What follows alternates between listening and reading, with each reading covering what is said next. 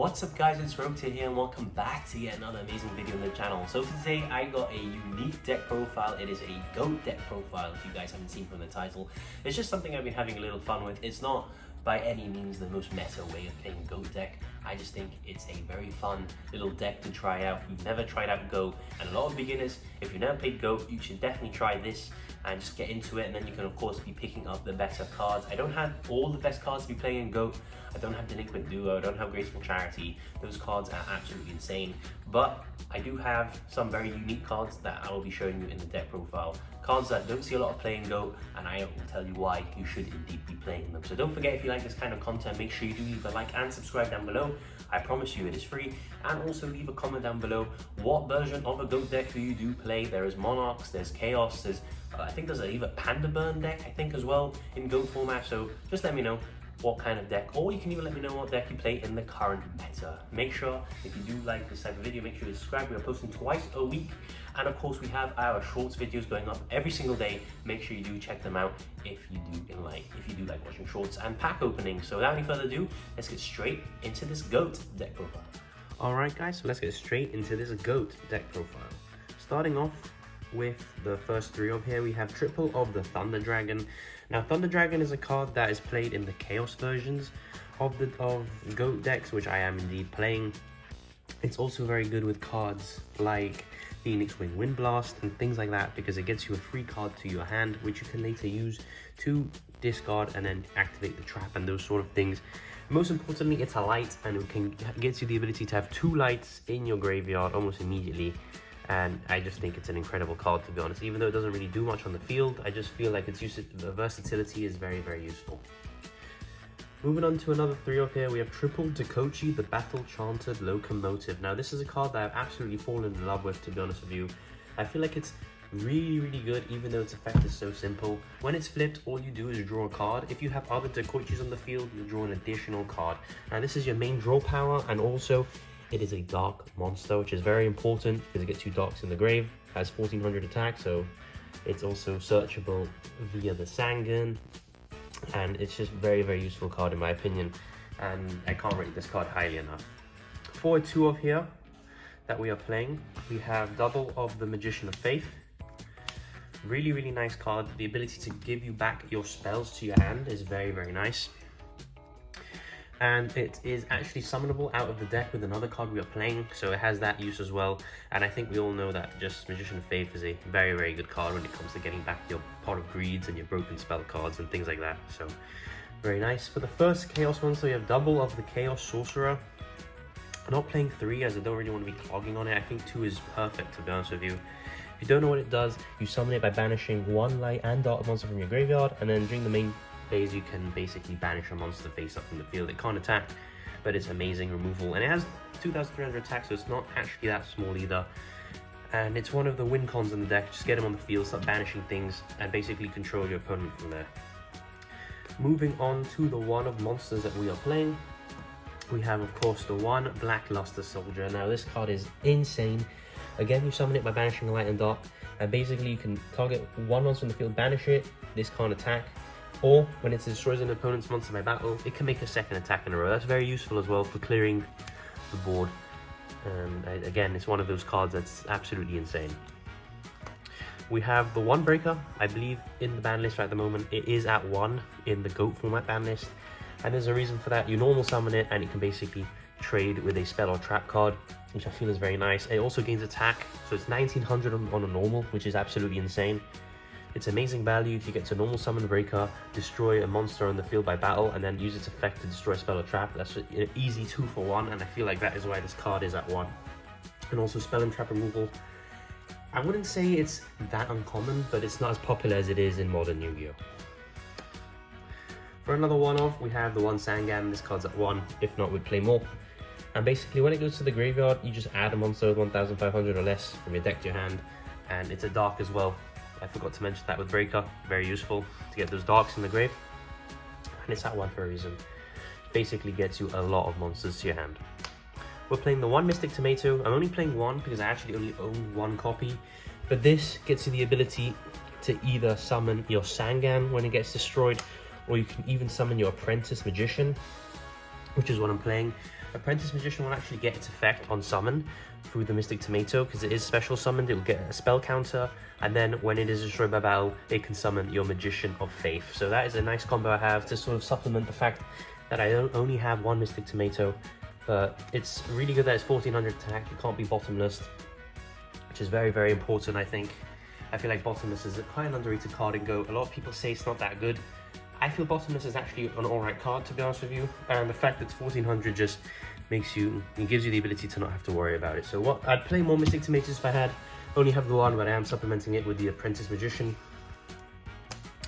And of course we're playing the Old Vindictive Magician. This is another card that you can summon off your Apprentice Magician, and if you don't know what it does, on flip summon, it just destroys one monster your opponent controls. Very good if they have like a Jinzo out and you don't have any, you can't use any of your traps to out it. You can just set this, flip it, destroy the Jinzo, and move on with your day.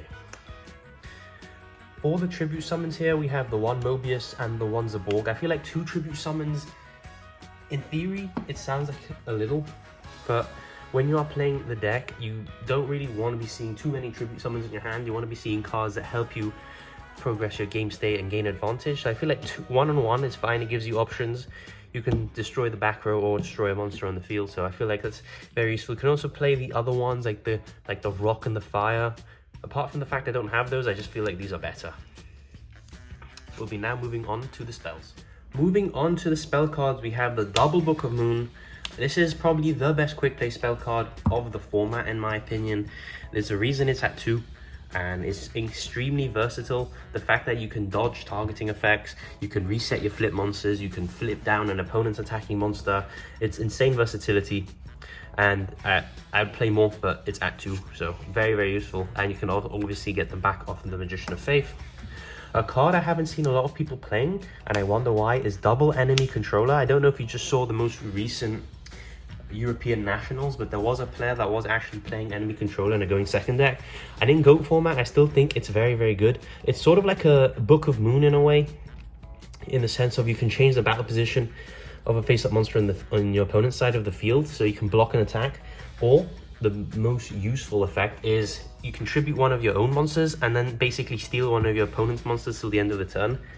The versatility in that is crazy. Just the fact that you can sort of, if you summon a monster, and for example they ring of destruction, you can activate your enemy controller, tribute it off because it was going to die anyway, and then at least you get a body from it. Or in terms of when you are going for game, you can attack with all your monsters, enemy controller, take a big monster and basically just get an extra attack. So for example, you clear their board, leave them with one big monster, enemy controller, take the big monster and then attack with it, and hopefully that'll be enough for game. So very, very useful card, enemy controller. I'm only playing at 2 though, because I feel like at 3 it can be a bit bricky, but I do feel it's a very versatile card to in play.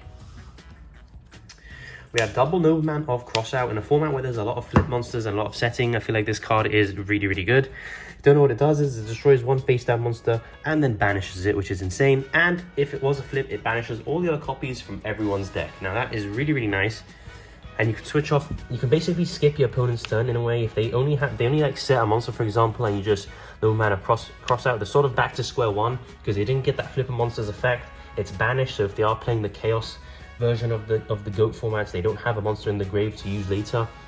And then if it is something like a Mystic Tomato or whatever, and they are playing 3, all of those copies will go, including your own. I guess that's a positive of only playing 1 Mystic Tomato.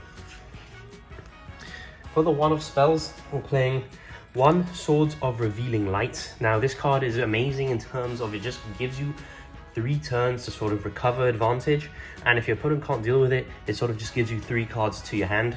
You activate it, draw, and then you can sort of play from there as it outs itself.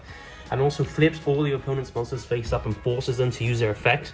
So if it's something like an Old Vindictive Magician that's set, activate this, the flip it, they won't have any monster to destroy, and basically you just nullify their flip effect. So I feel like Swords of Revealing Light is amazing. 1 Heavy Storm, of course, this card is at 1, so it's a blowout. If you're going second and they set 5, you just Heavy Storm, and amazing. I think you pretty much just win the game from there. The 1 Mystical Space Typhoon, again, this card is at 1.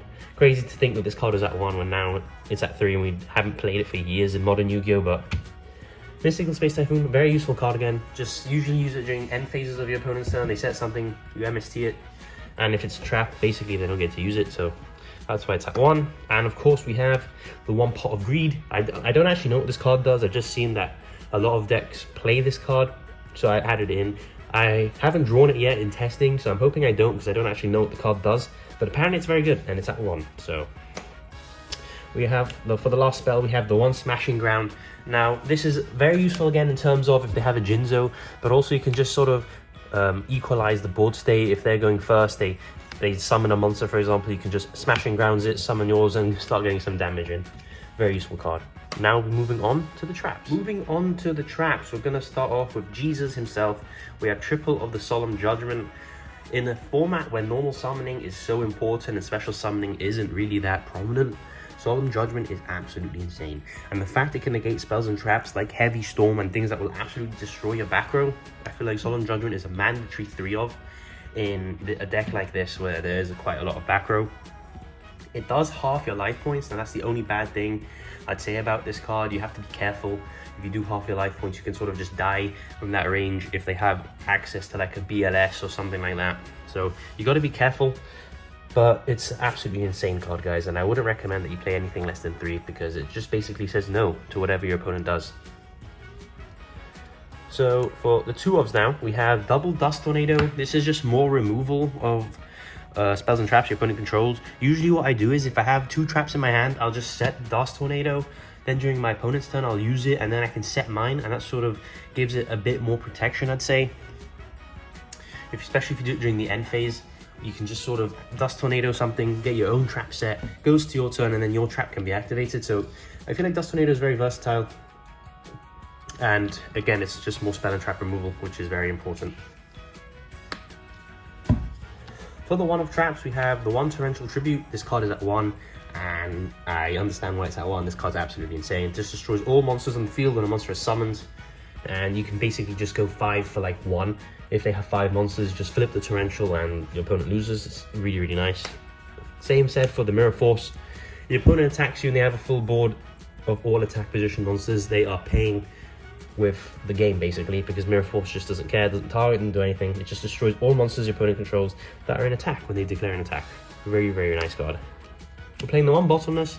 As I said before, Bottomless I think is a card that's good. The only reason I'm playing 1 is because there are quite a lot of monsters that are 1400 or less, but I still feel it's a worthy inclusion in the deck. It hits the Monarchs, it hits the Chaos stuff, and I feel like it's at least worthy of playing. You can play 2 more in the side deck, I'd say, but I think 1 Bottomless in the main is really nice. We're playing 1 Call of the Haunted. Now this basically is just to get back access to your monsters. If they're out your BLS, you can Call of the Haunted it back.